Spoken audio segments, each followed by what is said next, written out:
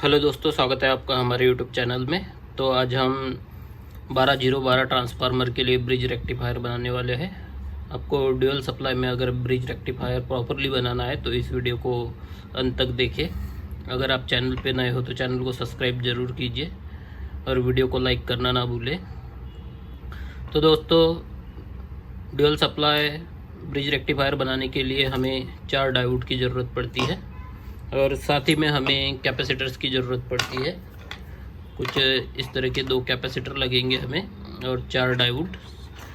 तो हमें डायोड कौन से यूज करने चाहिए? तो दोस्तों, काफ़ी एम्पियर के डायोड आते हैं। जैसे 1 एम्पियर से लेके आपको काफ़ी ज़्यादा 50-60 एम्पियर तक के डायोड मिल जाते हैं। उनका शेप अलग अलग हो सकता है, जैसे कि इससे साइज में बड़े हो सकते हैं। तो ये हमारे पास 5399 वाले डायोड है जो 1.5 एम्पियर का करंट फ्लो कर लेते हैं आराम से। और हमारे पास 1 एम्पियर का ट्रांसफार्मर है। तो जब भी आप ट्रांसफार्मर 1 एम्पियर से ज़्यादा का ले तो आप बड़ा डायोड यूज करें। ये 1 एम्पियर का है तो हम 1.5 एम्पियर के डायोड यूज कर रहे हैं।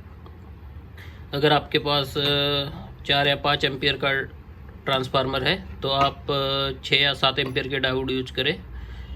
जैसे आप 2 एम्पियर का ट्रांसफार्मर यूज कर रहे हैं तो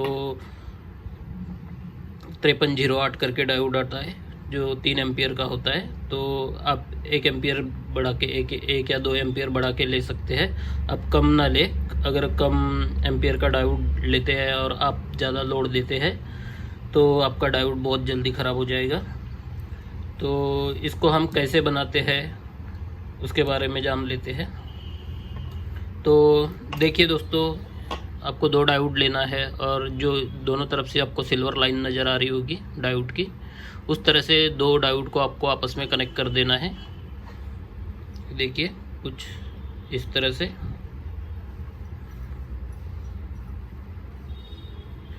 ये हमने कनेक्ट कर लिए। उसके बाद आपको दूसरे 2 डायोड को, जिधर से आपका ब्लैक वाला टर्मिनल नज़र आ रहा है, पूरा ब्लैक है, उधर से कोई सिल्वर लाइन नहीं है, उस साइड से आपको दोनों डायोड को कनेक्ट कर लेना है। देखिए कुछ इस तरह से। ये आपस में कनेक्ट होने के बाद हम इन दोनों को आपस में कनेक्ट कर देते हैं। आप ऐसे भी कर सकते हैं, ऐसे भी कर सकते हैं। तो इसे हम आपस में कनेक्ट कर लेते हैं।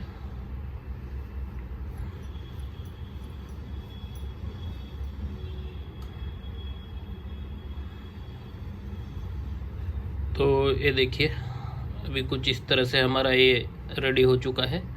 तो ये आपका ब्रिज रेक्टिफायर हो गया है, लेकिन ये अभी भी प्रॉपरली आपके लाइन को फ़िल्टर नहीं कर पाएगा। तो इसके लिए हमें कैपेसिटर्स की ज़रूरत पड़ेगी। तो आपको 2 कैपेसिटर्स लेना है कुछ इस तरह से। इस साइड का ये नेगेटिव इसका टर्मिनल है और ये वाला पॉजिटिव होता है। तो दोनों कैपेसिटर का एक पॉजिटिव और एक नेगेटिव आपको आपस में मिला देना है।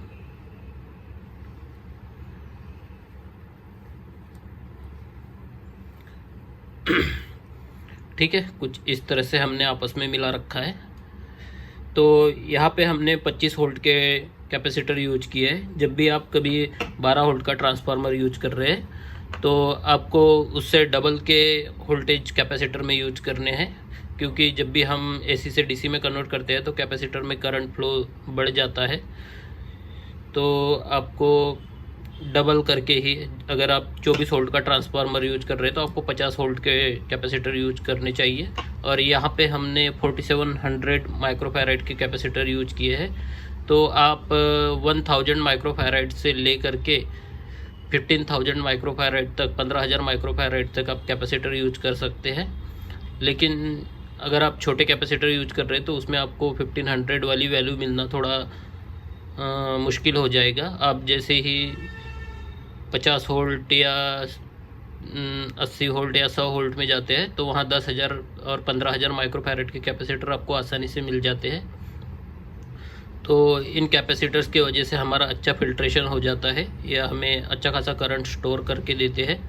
जब भी अगर आप एम्पलीफायर डायरेक्टली इससे ब्रिज रेक्टिफायर से चलाना चाहते हैं तो जब भी हमारा बेस बढ़ता है या फिर लो फ्रीक्वेंसी हमारी जनरेट होती है बेस के लिए, तो एम्पलीफायर ज़्यादा करंट खींचने लगता है, तो उस वक्त ये हमारे कैपेसिटर चार्ज रहते हैं और इससे उनको करंट प्रोवाइड हो जाता है। तो आप मल्टीपल कैपेसिटर भी लगा सकते हैं। इसी को पैरेलल में करके आप और भी कैपेसिटर बढ़ा सकते हैं। अगर आप लो वैल्यू के जैसे 1000 माइक्रोफैरेड की कैपेसिटर या 1500 माइक्रोफैरेड के कैपेसिटर लगा रहे हैं, तो आप पैरेलल में इनको और भी बढ़ा सकते हैं। तो फिलहाल तो हम अभी 2 ही कैपेसिटर यूज कर रहे हैं। तो अभी हम ये दोनों कैपेसिटर का ये एक नेगेटिव टर्मिनल है हमारा, और आप इस डायोड में आप देख पा रहे हो जो दोनों साइड में ब्लैक नज़र आ रहा है आपको, वो हमारा नेगेटिव टर्मिनल है, और जो दोनों साइड में जो सिल्वर लाइन नज़र आ रही है वो हमारा पॉजिटिव टर्मिनल है। तो हम इसको कुछ आपस में इस तरह से जोड़ देते हैं। नेगेटिव की तरफ हमारा ये रहेगा, हमारे ये जो 2 टर्मिनल है कैपेसिटर के, जो पॉजिटिव और नेगेटिव है हमारे, हम इसको आपस में कनेक्ट कर देते हैं।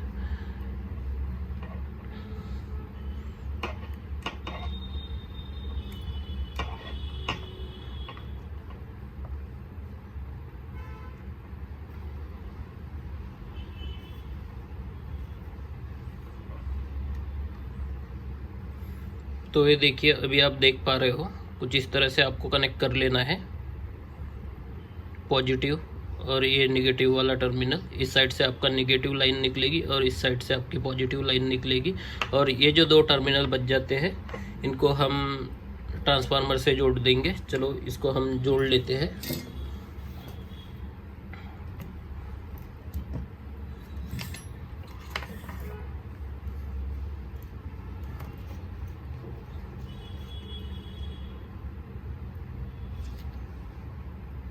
आप ट्रांसफार्मर की कोई भी वायर, जो दोनों साइड की जो एक जैसी बीच में की वायर छोड़ के दोनों में से कोई भी एक ले ले। सॉरी, हमें इधर जोड़ना था।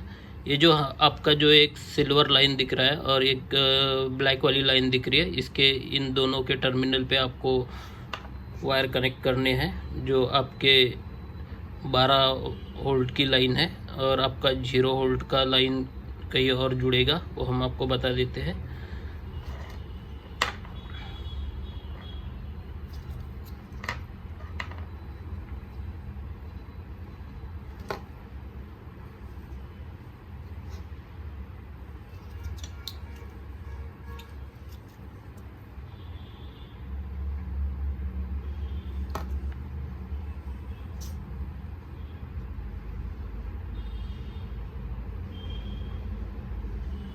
तो देखिए, कुछ इस तरह से हमारे कनेक्शन हो चुके हैं। हमने दोनों टर्मिनल पे हमने हमारी जो दोनों वायर है सेम कलर वाली जो 12-12 की है, वो हमने दोनों टर्मिनल पे जोड़ दी है।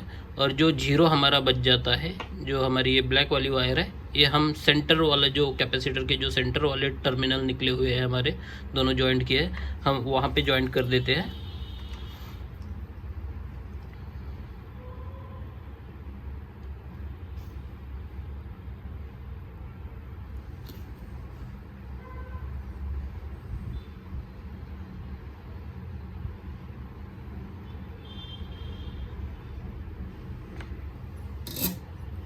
तो देखिए, कुछ इस तरह से हमने कनेक्शन कर लिया है। ये हमारा अभी ब्रिज रेक्टिफायर बन के रेडी हो चुका है। ठीक है, अभी हम ट्रांसफार्मर को पावर ऑन करते हैं और इसकी वोल्टेज चेक करते हैं।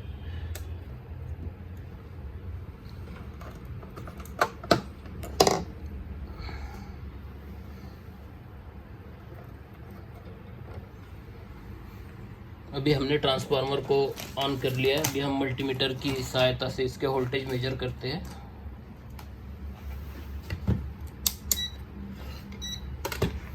ये देख पा रहे हो आप, मल्टीमीटर में हमने मल्टीमीटर को डीसी की रेंज में सेट कर लिया है।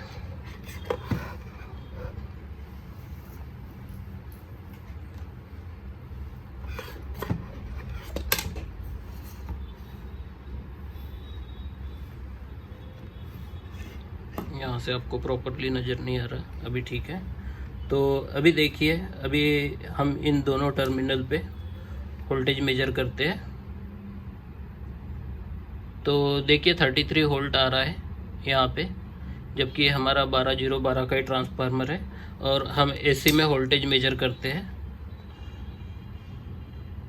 तो एसी में 24 वोल्ट आ रहा है हमें। देखिए जैसे ही ये डीसी की तरफ वोल्टेज आ रहा है तो हमारा वोल्टेज बढ़ जा रहा है 33। तो ये हमारा ग्राउंड है सेंटर वाला, हम इससे वोल्टेज मेजर करते हैं। तो एक टर्मिनल हम देखिए यहाँ पे हमें 16 वोल्ट मिल रहे हैं, 16-17 वोल्ट मिल रहे हैं। और इस साइड में हमारे पॉजिटिव वोल्ट मिल रहे हैं। और हम जैसे ही हम इस साइड में चेक करते हैं तो ये देखिए इस साइड में हमें नेगेटिव 16-17 वोल्ट मिल रहे हैं, आप देख पा रहे हो। इधर हमें नेगेटिव वोल्ट मिल रहे हैं और इस साइड में हमें पॉजिटिव वोल्ट मिलेंगे। आप मल्टीमीटर पे देख पा रहे हो नेगेटिव वोल्ट की तरफ माइनस वाला साइन आ रहा है। तो ये हमारा आउटपुट लाइन रहेगा, जो हमारा ग्राउंड है। ये हमारा पॉजिटिव, ग्राउंड और नेगेटिव, कुछ इस तरह से हम इस ट्रांसफार्मर का ब्रिज रेक्टिफायर बना सकते हैं। आप किसी भी ट्रांसफार्मर का ब्रिज रेक्टिफायर बना सकते हैं, जैसे आपके पास 25-0-25 हो, 30-0-30 हो, 45-0-45 या 50-0-50, इसी तरह से उसका ब्रिज रेक्टिफायर बनेगा। तो आशा करता हूँ दोस्तों आपको वीडियो समझ में आई होगी। अगर कोई आपका सवाल है तो कमेंट सेक्शन में ज़रूर बताएं, और इससे भी ज़्यादा हम इसको अगली वीडियो में आपको फ़िल्टर करना बताएंगे कि हम इससे भी अच्छा फ़िल्ट्रेशन और कैसे बना सकते हैं। अगर आप डायरेक्ट एम्पलीफायर में इस रेक्टिफायर को यूज करना चाहते हैं तो हम मोटा मोटा आपको बता देते हैं कि आप यहाँ पे नॉन पोलर कैपेसिटर भी यूज कर सकते हो, जिससे आपका फ़िल्ट्रेशन और भी अच्छा हो जाएगा। आप 104 पीएफ या फिर 474 पीएफ भी यहाँ पे यूज कर सकते हो। 104 और 474 बहुत बेहतरीन काम करता है। हाँ, आपको जब भी आप पीएफ यूज कर रहे हैं तो उसका वोल्टेज का ध्यान रखना पड़ेगा। आपको ज़्यादा से ज़्यादा जितना आप सप्लाई में वोल्टेज रख रहे हैं उससे डबल वोल्टेज का आप 100 वोल्ट या फिर 150 वोल्ट इस वैल्यू का पीएफ यूज करें तो आपका सप्लाई बहुत अच्छे से काम करेगा और आपका एसी का डीसी में फ़िल्ट्रेशन बहुत अच्छा हो जाएगा। तो थैंक यू सो मच दोस्तों, वीडियो देखने के लिए आपका धन्यवाद। आपका दिन शुभ रहे।